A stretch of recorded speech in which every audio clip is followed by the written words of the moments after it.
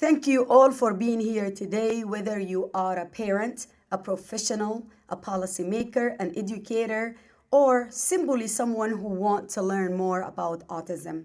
Your presence is invaluable.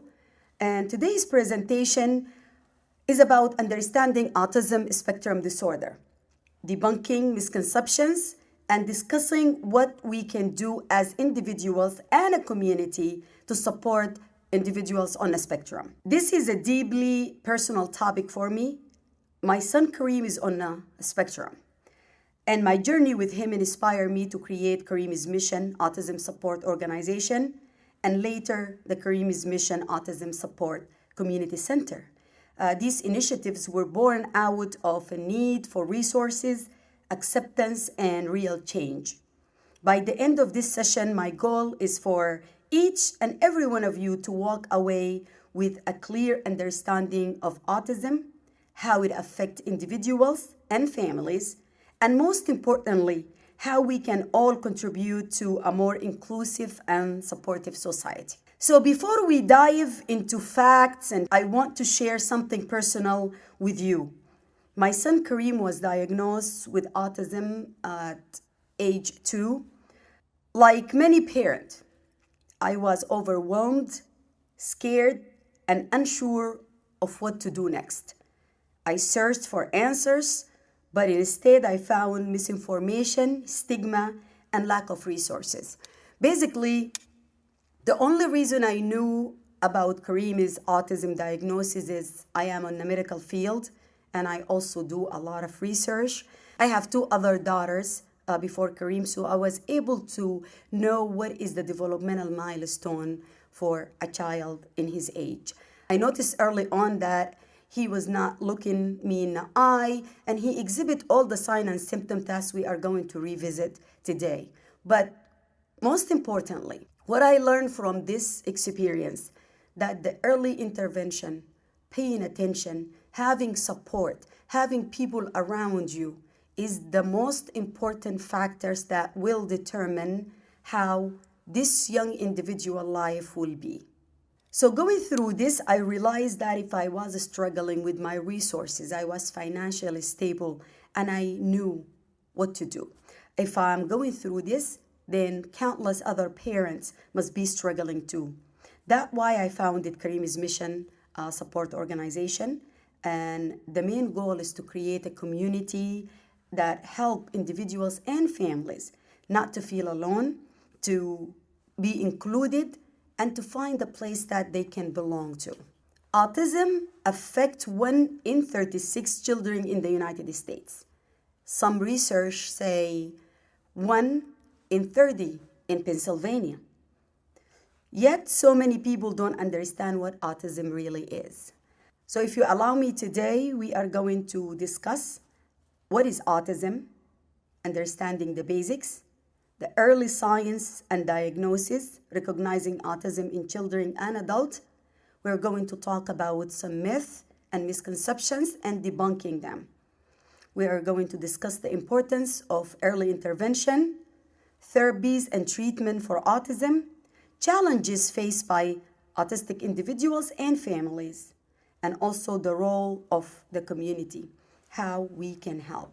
I will also talk about Kareem's Mission, nonprofit organization, and K-Mission TV LLC, why we started it and how it helped, and how can you get involved. I will leave area for question and answers and a way to contact us. At this moment, pause and answer this question. When you hear the word autism, what comes to mind? In order for us to understand and try to solve any kind of issue or problem, we first need to understand what is the problem, understanding the basics. So understanding what is autism. Autism spectrum disorder is a neurodevelopmental condition that affects how a person perceives, process, and interact with the world. This is the complete definition of autism. So basically, it's a neurodevelopmental condition that affects how a person perceives, process, and interact with the world. It's called a spectrum because autism affects people differently. Some individuals may need significant support, while others may live independently with minimal assistance. Spectrum disorder, or ASD, is a developmental condition. So basically, it will affect the person communication, interaction, and how they also experience the world around them. Not just in how they interact, but also how they feel, how they smell and sense. Some of the key characteristics of autism: social communication and interaction, difficulty understanding social cues, facial expression, body language, and tone of voice. So those are some of the characteristics that you may see across board with every individual on the spectrum. So when you meet an individual on the spectrum, you only met one individual on the spectrum. What does that mean? It means that they don't all look the same, talk the same, or function the same, but there are similarity. One, social communication and interaction. Most of individuals on the spectrum will have issue or difficulty understanding social cues, facial expression, body language, and tone of voice.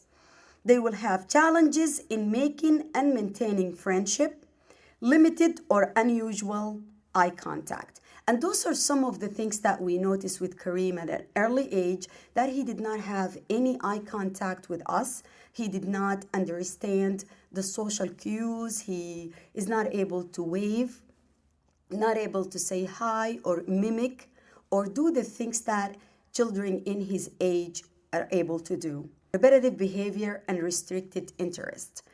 You will find that many individuals on the spectrum repeat words or phrases.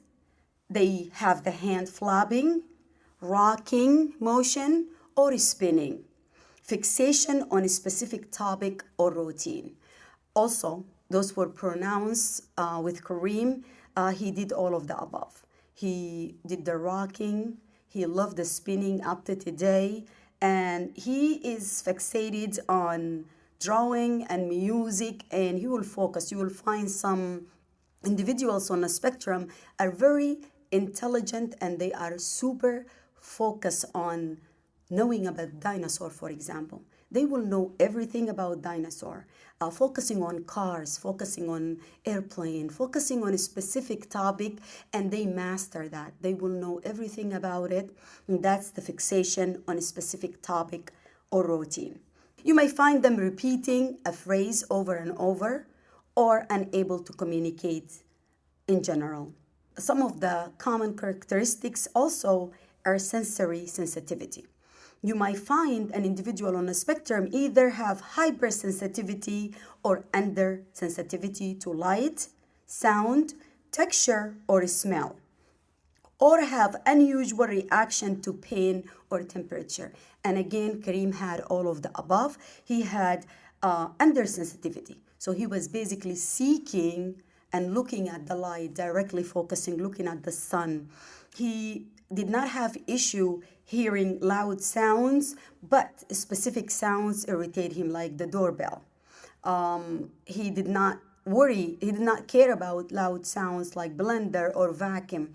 You might find some individuals are not able to tolerate that, and they will need headphone, or you will see them randomly putting their hands to their ears, closing their ears, or not focusing and looking at lights. Some do like texture. It doesn't matter if it's a soft texture or a hard texture. For Kareem, he seek hard texture.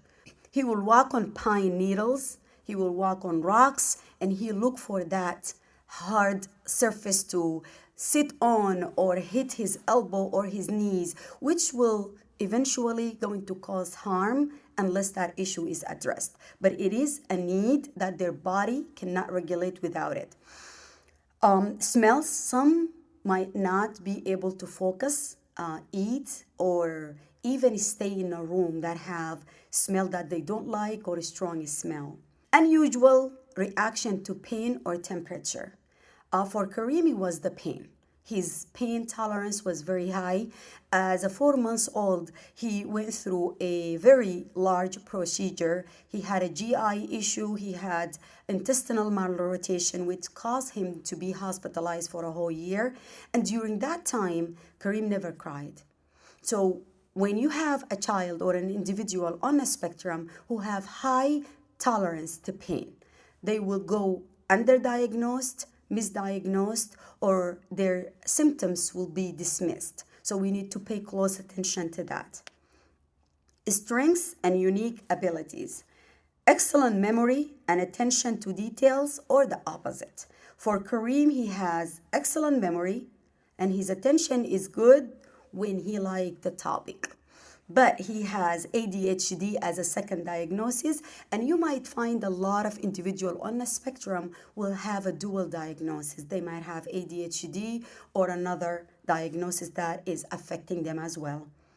High level of creativity in art, music, and technology, and also Kareem has the two first ones, the music and the art.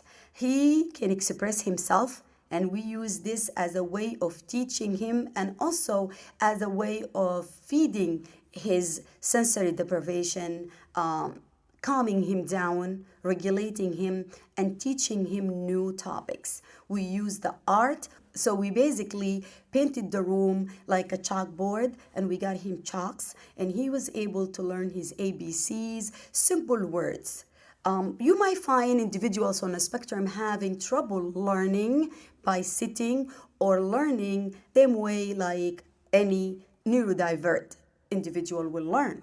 And also they have strong pattern recognition skills. They will recognize patterns, and Kareem, we noticed that with him, he will put like the cars, line them up. We bought him magnet tiles, and he was able to build houses and create things from his imagination and his memory. So they will have a strong pattern recognition, and that's become a skill. So basically, if you focus on the strengths on the individual, learn more about them, you'll be able to help them develop and be as productive as possible in their community and have a future and thrive. We just discussed autism and some of the signs and symptoms, and there are many. I'm just giving you examples. So hopefully after this, you'll be able to go and learn more about autism. So how to recognize autism in children and adults? We're going to start by early signs in infant and toddlers before age 3. You can find out if your child on the spectrum way before 2. You cannot have an actual diagnosis by a pediatrician or developmental pediatrician before age 2, but you can recognize it as early as 18 months and reach out to the early intervention. Or, as in our case, I start to recognize Kareem's signs from age 1. One of the signs that is more pronounced, and it was pronounced with Kareem, is limited or no eye contact. Your child might look at you, but look through you. And if you ever felt like your child is not focused on you, then there are some tests that could be done to check and see if there is attention deficit, and it could be part of the diagnosis as well. If you ever thought that your child is deaf or hard of hearing, does not respond to your name, then the first step, you talk to your doctor. They will do the screening and make sure that their hearing is good. Then you move on to the next topic. So if they don't respond to their name or respond to any communication between you and them, that's one of the signs or the early signs. Delayed speech or nonverbal communication. For Kareem, we had both. He did not speak, and he also did not point or recognize any kind of signs that we could do. Prefer to play alone, and this is hard for any parent. Your child is supposed to hug you, snuggle with you, seek comfort, or play with you. Any individual on the spectrum might not want to play with somebody. And for new parents, for someone who did not have an experience, this is really hard. You feel rejected, but you need to know this is something that your child cannot help. Kareem did not want us to hug him. He did not sleep with me at all, until he reached age 4. During that time, he preferred to play alone. They might play with toys, not in the traditional way. They might line their toys, they might put it in the window sill. You will see them just holding them together, and that's okay. Unusual reaction to sensory input.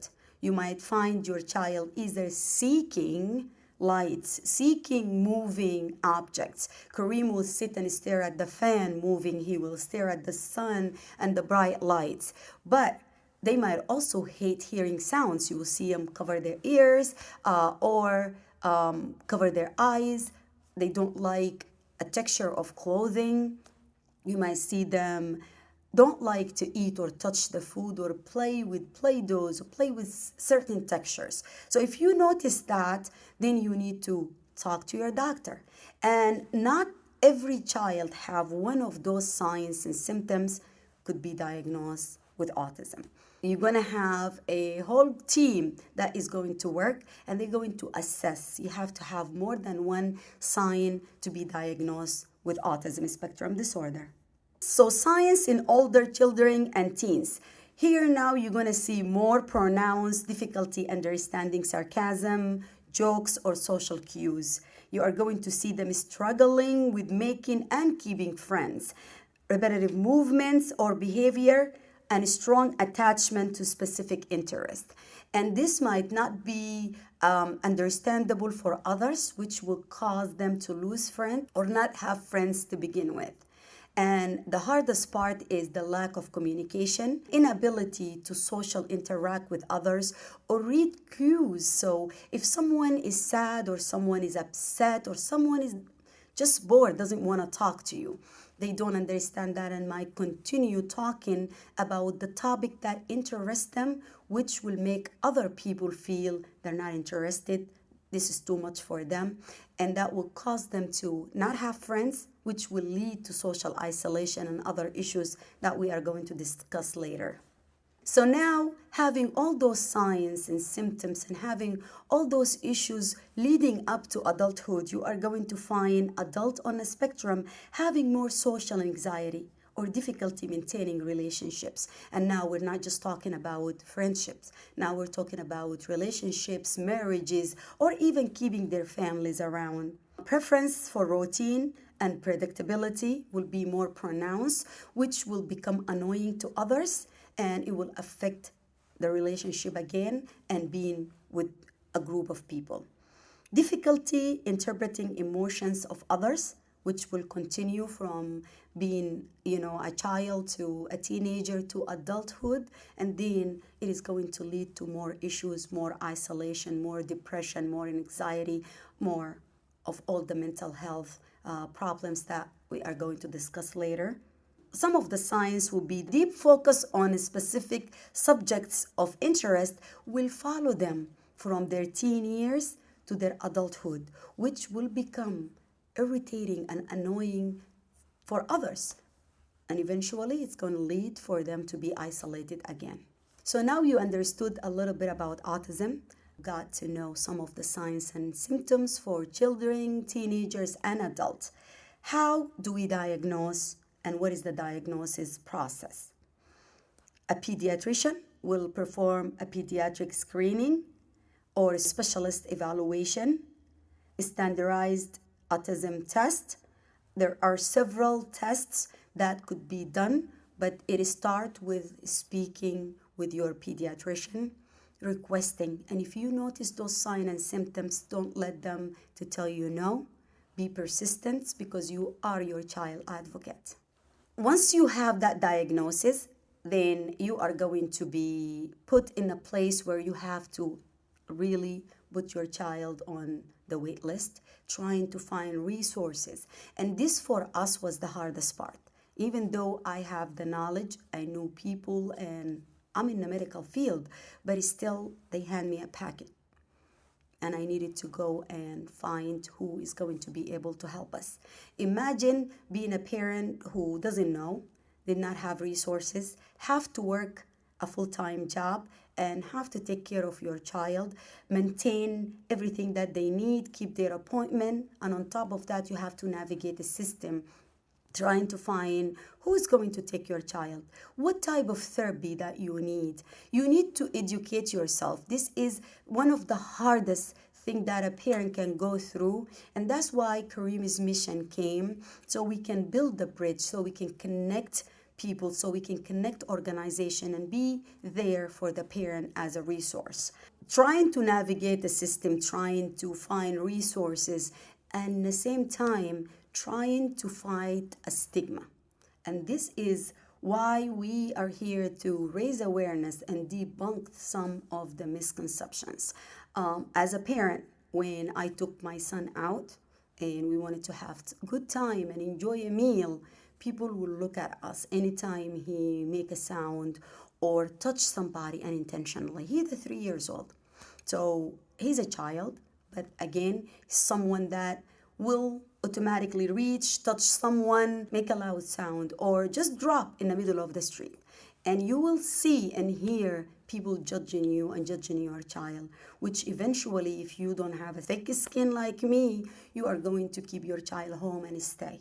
There are stigmas out there, and there are people who are going to judge you no matter what. But the more we raise awareness, the more we educate people, the more we spread facts, not myth, the more we help those individuals and help the families.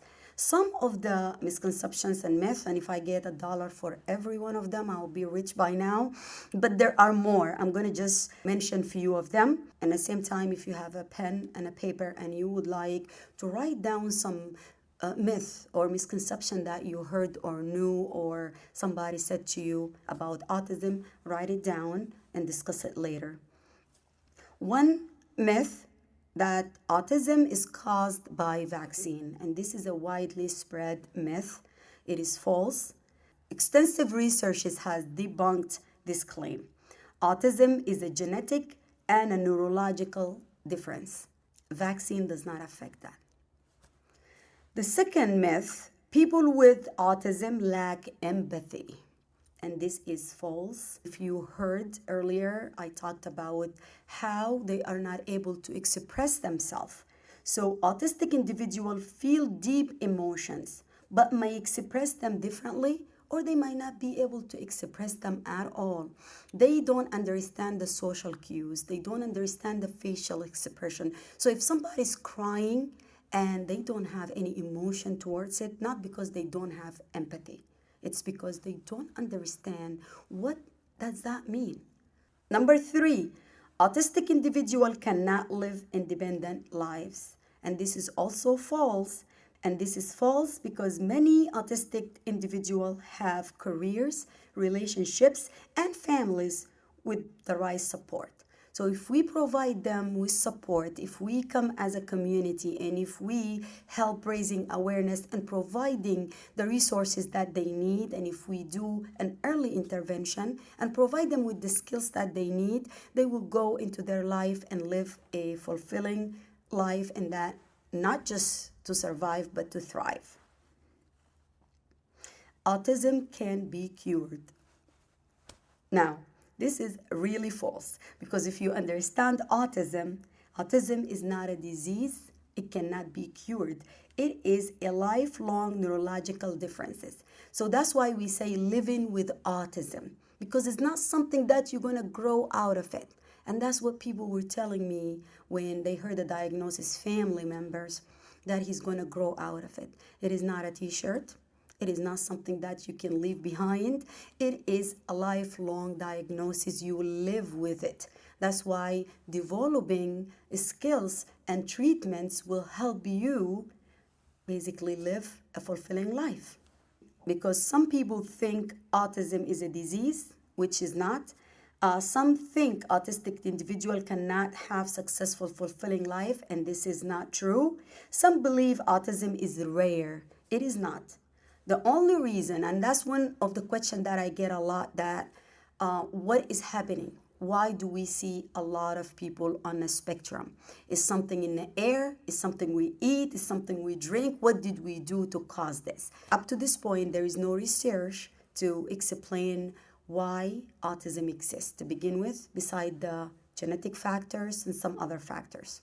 But knowledge, getting to know, the improve in the technology, the improve in the science, allowing us to learn and basically put a name towards the diagnosis.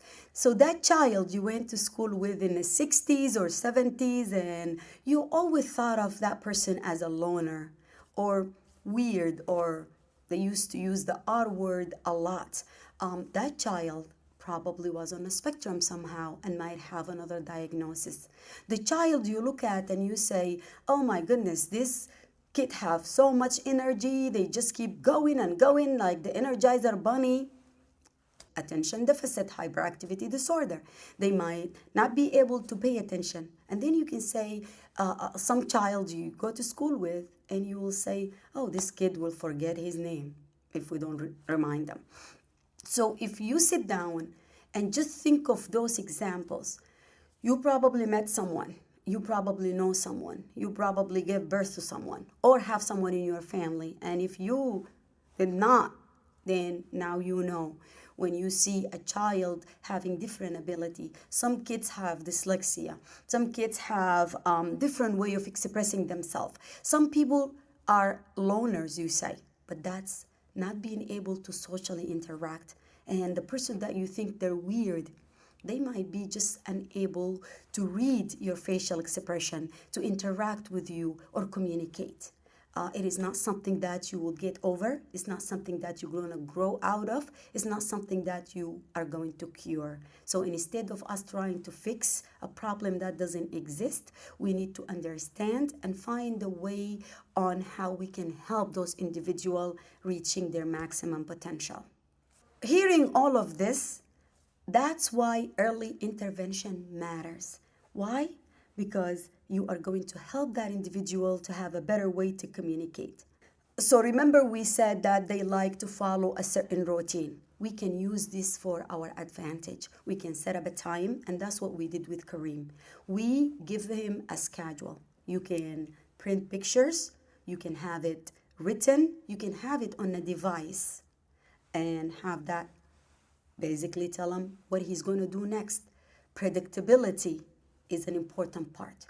If they know, and especially if they can communicate or they're still not understanding you well, when you show them the picture and repeat and say the same thing, and they know that at 8 a.m. every morning they're going to sit, eat breakfast, then brush their teeth, then get dressed, then go to the bathroom, then go to school, then come home and do. It might feel repetitive and it might feel boring for you, but for them, it gives them that safety and security, knowing what's going to happen next, because they cannot tell you what to do next. Training them on social cues. You cannot make them understand and read the facial expression, but you can say sad and pair it with an action. When you hit, this is going to make me sad or it's going to make me hurt. They're going to hear it over and over and pair that with the action. And you can apply that to everything in their life, which will make them eventually understand and try to mimic those actions. You can train, you can help children express themselves. So if they cannot talk to you, you can show them. We use picture books with Kareem before he starts to verbalize. We also use an automated machine that will say the thing and they hear it over and over and over. And now he knows how to communicate with us. The early intervention will also help them by allowing them to have some friends. So increase independence. Early support will help develop life skills, which eventually will help them for the long term to succeed. And early intervention is a key, and it did help us. Kareem is an actual role model for me when it comes to early intervention. And he made a huge improvement since we started.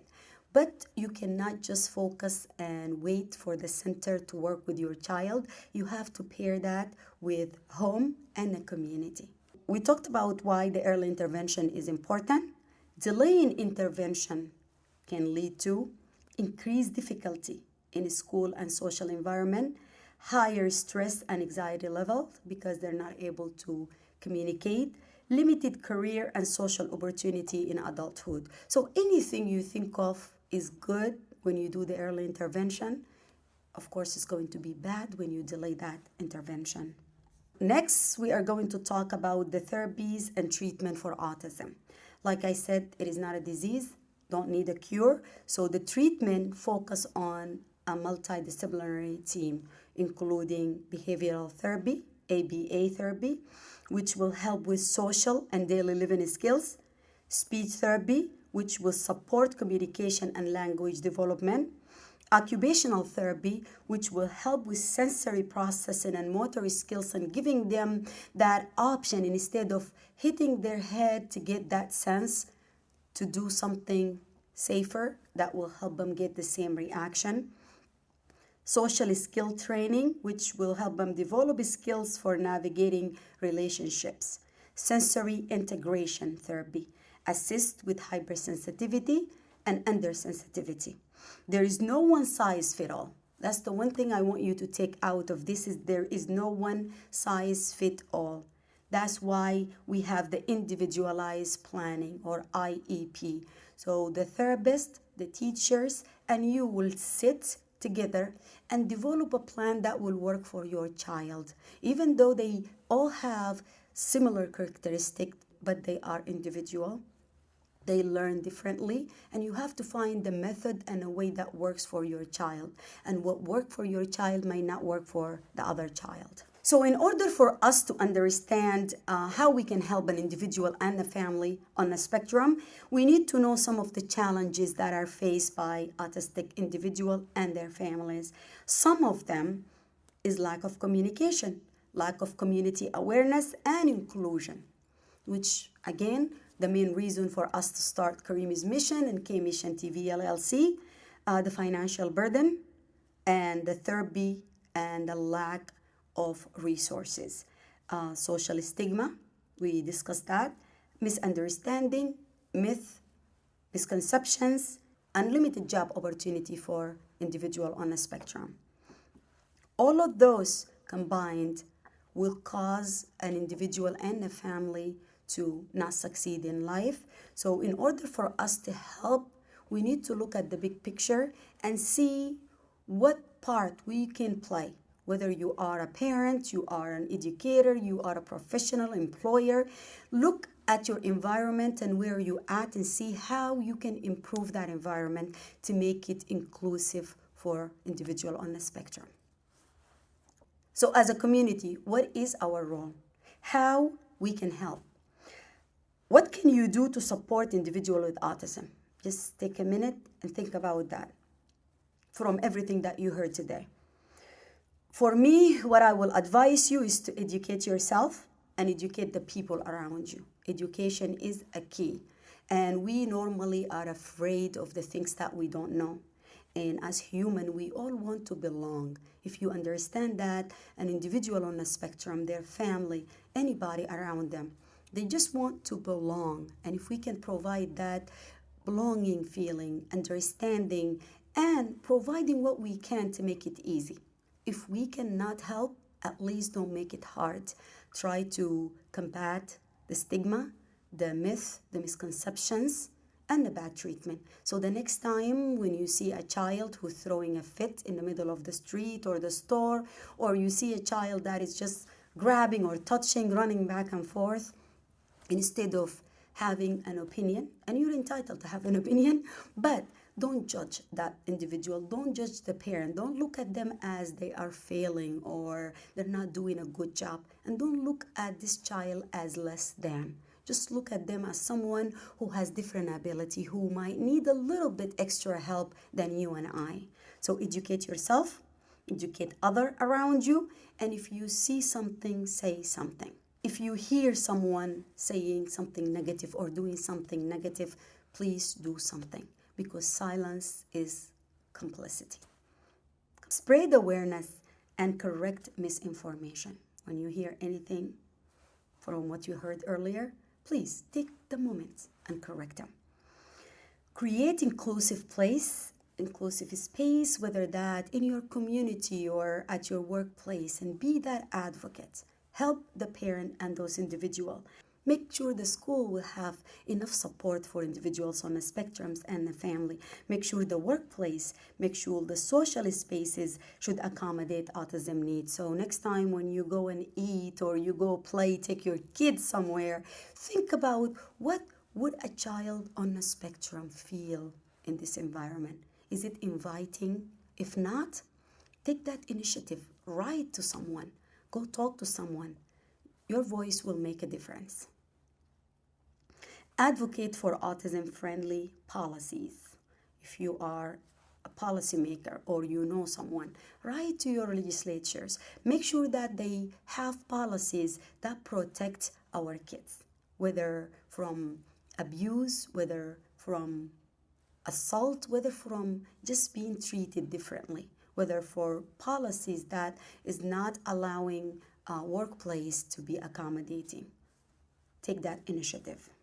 So now, what you all been waiting for. Why did we start Karim's mission?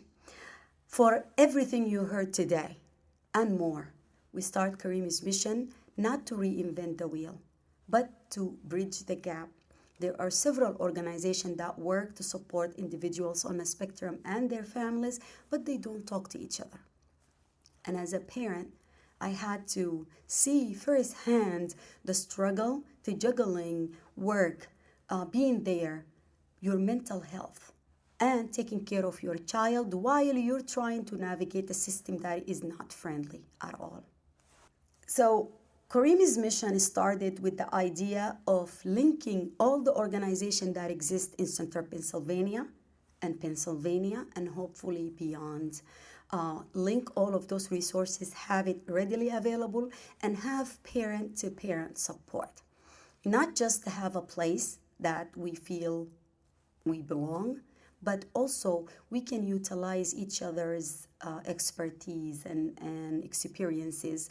Having someone who will be your mentor, who will be talking to you, telling you what to expect, like basically seeing in the future, and tell you what to avoid, cuts like an hour of your research time.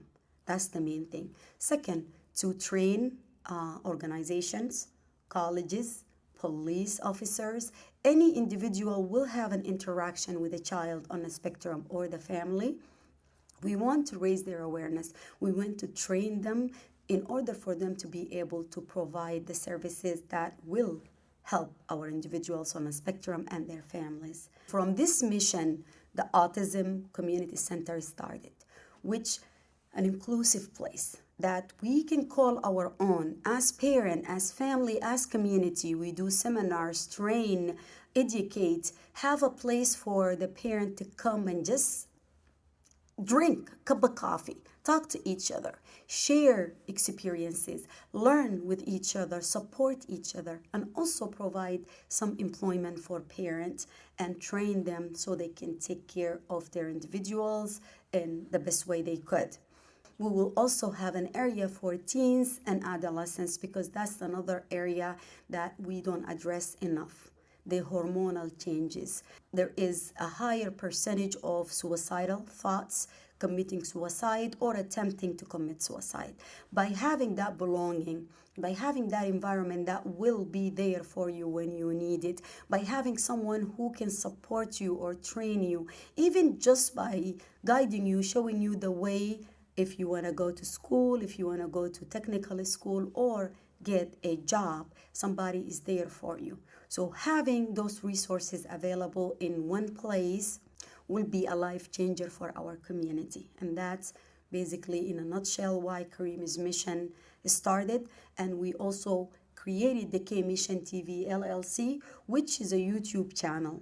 It has two parts. One, basically to show the kids on the spectrum that they can be represented.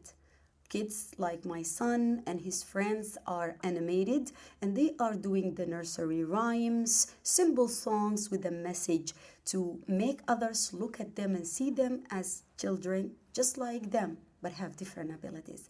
And for any individual on the spectrum to see themselves represented being the superhero in that YouTube channel.